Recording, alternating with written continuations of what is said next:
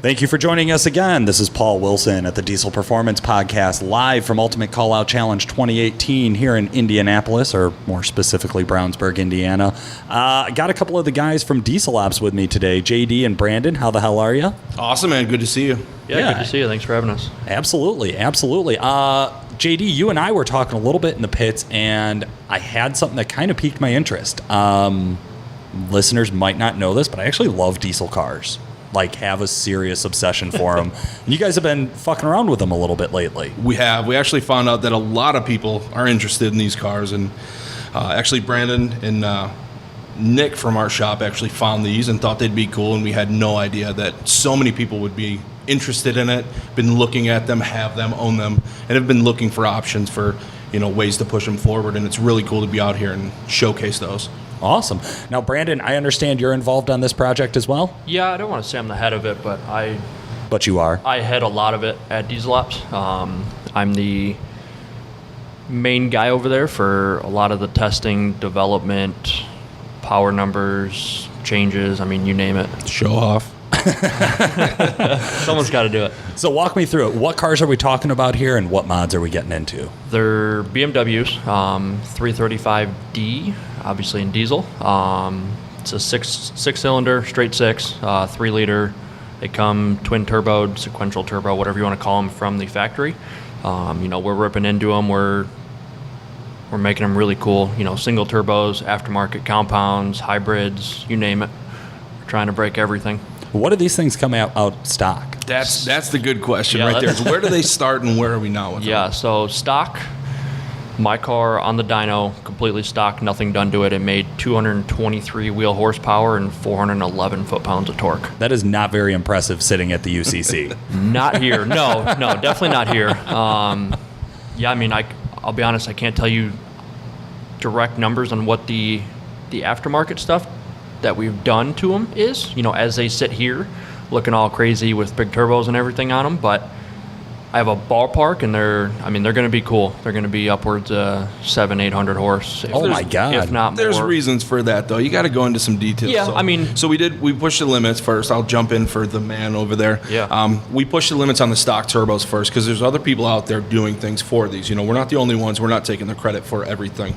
But we see some places where we can improve on those. So we pushed the stock turbos, which are we talking about kind of what you did on the torque stuff? Yeah, I don't care. So there's current records right now. He'll talk more about those, but we're breaking those already with the stock turbos. Last week is when we threw the compound and the big single in, so we don't have the dyno numbers, but we have the physical parts in there working and ready to smash records. No shit. Okay. Yeah. So my car on stock turbos with a small shot of nitrous made 501 wheel horsepower and 788 torque, I believe. So are you just getting into like injectors and pump issue or pump upgrades? No, so at the time, that was literally stock fuel, stock everything, just nitrous and stock turbos. Oh my God. And tuning. Obviously, some emission stuff's gone off there, full exhaust, EGR delete, that kind of stuff. But, I think the previous torque number record was like low 700s, and we blew past that on stock turbos. So... Oh shit. Yeah, we got some big goals here. I'd say big shoes to fill, but we're already in them. Okay. So, for sure. How do these cars stack up for like drag racing, or are they track day cars? What's the purpose? They're set up as track day cars, just that typical BMW European super stiff chassis car. They don't like being launched that well, but they do okay. Big tires, slicks, suspension upgrades. You can get them somewhat dialed in, but the LSD helps as well. Yeah, track and limited slip differentials in them definitely help put the power to the ground. I wouldn't be surprised if we start breaking some axles and drive shafts here. They're quirky. Quickly. And that's another part too. Is we don't know the limitations of a lot of the stuff. We know the transmission is strong. We know it's going to hold a lot. We're looking at some converter options just in case. Obviously, with the different turbo setups, we're going to need to do something with the stall speeds and change some things up and make sure that can handle the power that we're doing. But it's going to be fun when they're done. It's definitely going to be fun.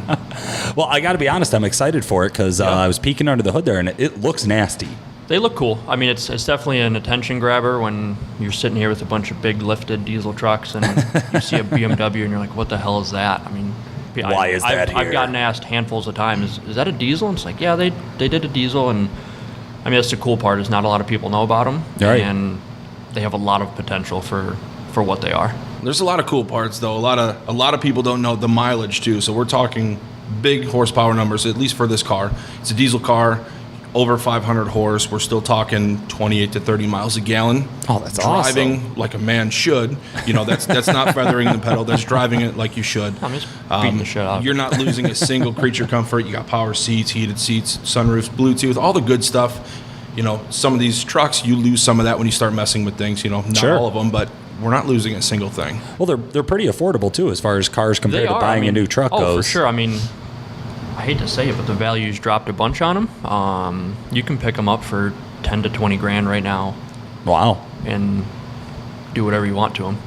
that's really You know, awesome. sometimes a few of them dip under the 10,000 mark, and that's hop on it and slap some turbos on it and go from there. Yeah. Absolutely. And we're not talking about old rust buckets here. I mean, these are No. newer vehicles. Yeah, they made them from 09 to 2011.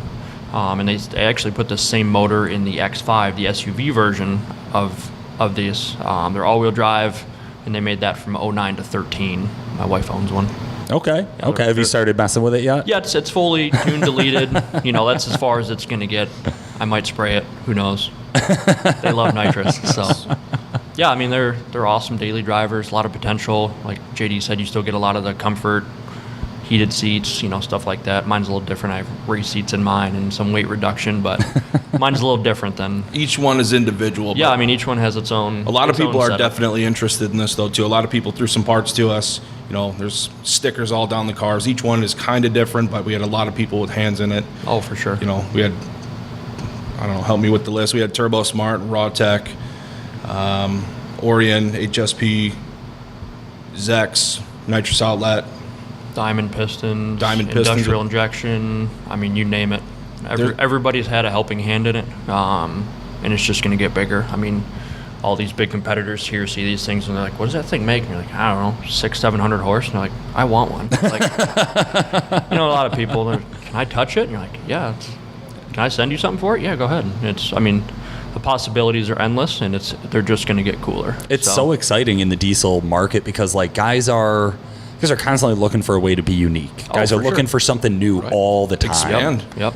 Expand on the industry and the market. I mean, you can look, obviously, you know, people listening can't see, but you look out and the industry is trucks right now, and breaking into the other stuff is, you know, to us really important because it's still diesel, it's still cool, it's still the turbos, and I think we have a lot more potential Yeah. in other avenues as I well. agree. How do these turbos stack up? Do you know like compressor wheel sizes on them? Yeah, so I'm running a Garrett 6784 on mine. You know, obviously dual ceramic ball bearing. So far it's working out. It's been on the car for about 4 days now, so the tuning's not quite there yet. Obviously one of one in the world, so I don't know. We'll get there eventually. Obviously, a big time crunch to get it thrown together and at least get it running to get here. Sure. You know, we were hoping to make a couple passes, but you know, we still may not. Just depends how things work out. But yeah, I mean, it's cool. As far as stock turbo dimensions, I'll be honest, I don't know. I'm sure we could break out a caliper and look at them, but who's going to stay stock turbos? I mean, that's the goal here is to get rid of them. So they're not enough. Yeah. Is that the first upgrade when you're looking at one of these? No, I mean the first upgrade is to get rid of all the emissions. Get rid of the EGRs, get rid of the DPFs, free those things up, let them breathe. Off-road use only. Yeah, off-road use only, obviously.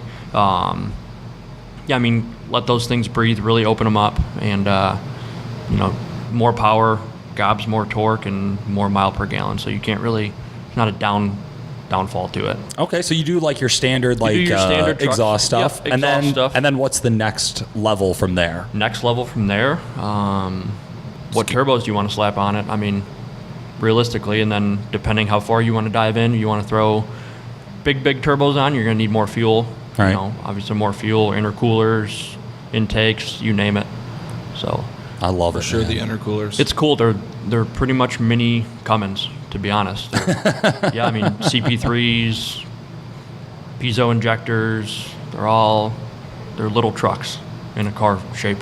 I love it. I mean, we've been messing with the 2.8 liters over at our shop. And so, like, getting into the little diesels has always been something that I was really excited about. Yeah. Because it's just a little bit more grounded for me. I don't have a UCC truck myself, right? Like, I don't drive a 1,500 horsepower truck back and forth to work because that'd be crazy. And expensive. And that's the other thing. They're super expensive. A lot of people don't know how much money actually goes into, what these competitors spend on these trucks. And it's a lot of money. It's a lot of time. And it is not cheap. And these smaller cars are super affordable. They're very easy to attain, modify, and break some hearts on the roads too. I love it. Well, guys, we are at UCC. Let's talk a little bit about it. How's the booth going? Not bad. So we don't have a booth here. The cars are in different booths. My car's in Diamond Pistons booth. JD's car to my left here is in Industrial Injection, and Nick, one of the other owners at the shop here, is in the Premier booth. Okay, so you guys are floating around just working the whole show then, huh? We also have a mega cab over in the S&B booth. Yep. Out there. Yeah, So we're trying to get our foot in the door where we can. We're not allowed to vend. There's some different rules, but we're out here like the other, not competitors, the other competition to the alligators, and we're supporting the industry, and it's a lot of fun. Everybody's here. Everybody's talking. We sat down and talked with probably 5 of our competitors, direct competitors, for an hour and a half. Yeah. Just talking about industry, talking about what's new, what's coming up, and it's great. It's like a huge family. I love coming out here. I love being part of it, and it's a great experience. It's just the industry. It's great. Absolutely. Yep. It is always funny when I go out drinking after the show and we run into people who are just straight up direct competitors. Yeah. And like we get fanboys, right? I'm sure you guys get this too, where it's like, oh, well, I got their tuning. I can't talk to those guys. But there's not really camps it's not in this like industry. That. It is very, very different than anything else you see. Everybody's cool with each other. Everyone wants to push the industry forward, and that's how it should be. Competition's a good thing, and everybody acts like that for the most part. Speaking of competition, you guys been watching any of it today? Yeah, absolutely. Yeah, absolutely. Who do you got eyes on? Who do you think is killing it? Who do you think is going to break some hearts? It's hard. I mean, everybody's badass here.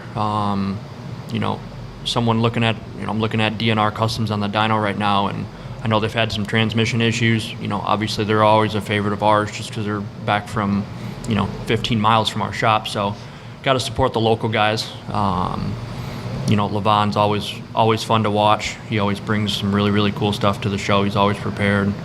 There's a lot of guys out there that put a lot of effort into making it and making their trucks run properly to put on a good show for all of us. So I did want to see Industrial and Baca break that 3,000 number. Yeah, I did. I mean, we were, when we came in and set up on what we come in Thursday, we saw him working on it. We looked at it, and it's just a nasty machine. And I think that truck had every bit of capability to hit it. I know they had some issues, and they ran out of time on the dyno, and unfortunately didn't make it. But I'm just looking to see somebody break that number and keep pushing it. It's funny, we were talking to Sean a little bit about 3,000 horsepower on a chassis dyno, and it becomes a question of actually getting the tires and the rollers to mate up. Yeah, right? I mean, you start making 2,100 horse or even less than that. I think they were saying on the announcement speaker earlier that there was a 30-mile-an-hour difference on one of the competitors' tachometers compared to the dyno tach, and that's Levon last year, right? Yeah, I mean, that is huge. Like, that is a lot of power being missed, put to the ground, and that's just what it is when you make so much power you can only do. Yeah, well, they're blowing the tires off, and until we see some sort of evolution in tires, or maybe a four-wheel drive chassis dyno, I know that's what we usually do at the shop is when we get big horsepower, we just got to run them in four-wheel drive to break that up. Yep. Well, it's definitely going to be an interesting show. Any predictions for the winners? Not anymore. Not anymore. No, it's always a toss-up. I mean, you never know. You got to stay till that last day, and fingers crossed for whoever you want to win, because it's a crapshoot. Yeah, I know I was rooting pretty hard for Tony Burkhart just to see him being one of the only guys who's very sled pull driven to come to this competition. It's so many drag racers come out here. They run fast. They make big power. And then guys like Mike Grave literally just hook to a sled for the first time ever and drag the shit through the dirt. They have just no idea what's up. Yeah, no idea. So I think that is one of the things I'm really excited for tomorrow at the sled pulls is to see somebody like Baca, who has a lot of experience pulling a lot of horsepower, somebody who's had a great weekend, go up against somebody like Tony, who he's had a hell of a weekend. I mean, he's been fighting transmission issues the whole time. had problems on the dyno today, but he is excited to play in the dirt tomorrow. Yeah, it's Yes. awesome. I think it pushes people forward too. For a while, people have been calling Baca a dyno queen, and he came out here. I don't know exactly what he ran, but he ran a solid time on the track. Oh, he's in the 8s. And Yeah, I I mean ran that- 8.8 or something along those lines yesterday, and it's they hear stuff and they don't take it lightly, just like all these competitors. So I think the dirt is going to be a big surprise for a lot of people tomorrow as well. People are going to come out ready to play. Yeah, absolutely. I know last year even guys like Wade Minter, great NHRDA racer supporting the Duramax. So I love that truck. Yeah, he had no idea what to do. Like literally, we were with him in the pits right before he pulled, and he's like, "Nah, I've never done this. I don't care." Now this year, you have to care. Yeah. That's what's changing here. Is we're not seeing somebody come out and just say, "I'm the best at this." And then they take a lot of shit for the other 2 events. It's you really have to come out and compete hard all the way through 3 events to make it. Exactly. The calculations are a little bit above my head. I don't know exactly how it works, but you have to do good in all 3 of them to really be a contender. Yeah, and the points also are dependent on what the other guys do. So it's not just saying you hit It's this not time just or you you. went this Yep. speed. It's what did the guy next to you do? How far ahead of your competition are you? And that's really how the points are weighing down. Definitely some surprises in the qualifier bracket. You guys been watching them at a all? little bit. Trying to keep the eyes on the track and the dyno while trying to get around and say hi to everybody is difficult. But the qualifiers, there's going to be some cool trucks here next year, and really looking forward to it. There's some definite contenders, and the cool thing is they're out here qualifying side by side with the competition for this The big year, dogs and this year, they're putting some serious numbers down, and they have a year to prep and get ready and push everything. Well, that was one of the things is I think UCC started taking some heat after year 2 of saying, well, these are just shops with a lot of money, and it's not real. It's not pushing the industry forward. It's just shops spending money and showing off. And now with the qualifier bracket, what we're seeing is there's a few shops in the qualifier circuit, right? then- Calibrated Addiction and some other guys like that. But we are seeing also just straight up enthusiasts, Charlie Keeter, Kelsey App, people like this who they just have a truck and love to do this shit. Just love it, and they just There's come a out here lot. and throw it all. I mean, People we haven't even heard of, and no offense, but we haven't heard, and they're throwing down serious numbers, and it is good to see. It is the industry awesome. getting bigger and more people coming to go head to head with those huge, massive shops in the industry who are juggernauts, but they got a chance now. Yeah. Here it is, day 2, and we're already talking about next year, right? that's how it goes, though. I mean, You have to keep your eyes you on the can't future, tell me the right? competitors, Derek Rose on the dyno right now is not thinking about next year already. I mean, Yeah. I bet he's just get me off this fucking dyno at some point, right? it looks like he put down a number over 2. I can't see what it is, but Yeah, my eyes aren't that good either. I know Yeah. he's gone through a few transmissions as well, and those guys have been putting in a ton of work. 4 or 5 transmissions. Yeah. Not sure what the issue is, but they're not quitting. I don't know if that's a Michigan thing or a UCC thing, but I mean, they're not giving up. dedication thing, I think. I mean, any competitor here is going to do that same thing if they have the means to do it. So Yeah, that drive, man. We really do see it, and this is where we see it. Is yeah. these guys, Big time. they've been killing themselves for months getting ready for this, and we've seen a lot of guys drop out. I think 25 or so qualifiers didn't even show up today. Yep. Jesus. And even a few of the competitors, guys that already had a locked up competitor spot, they took a pass. They said, we're going to bow out. We're not going to do it for whatever reason. But the ones that are here, they give a fuck, Yep. They do, for Yep. sure. I agree. and all for a little trophy. All for a trophy. All for bragging rights and a little trophy. It's more incredible. for it's for the trophy too, but I mean, this is what we love. This is what they love. They eat, sleep, breathe. These guys live at the Enthusiasts, that's shop. what it Their is. families live at the shop. It's the industry. It's awesome. It is. Absolutely. Well, guys, thank you so much. I know how busy you are. I don't want to keep you too long. No big deal. Listeners, UCC 2018, if you're not here, get on the live feed, check it out. Send us a message over at Diesel Performance Podcast. Make sure you like and share the episodes on Facebook. We would really appreciate that. For today, this has been Paul Wilson. JD from DieselOps. And Brandon from DieselOps. Thanks for listening.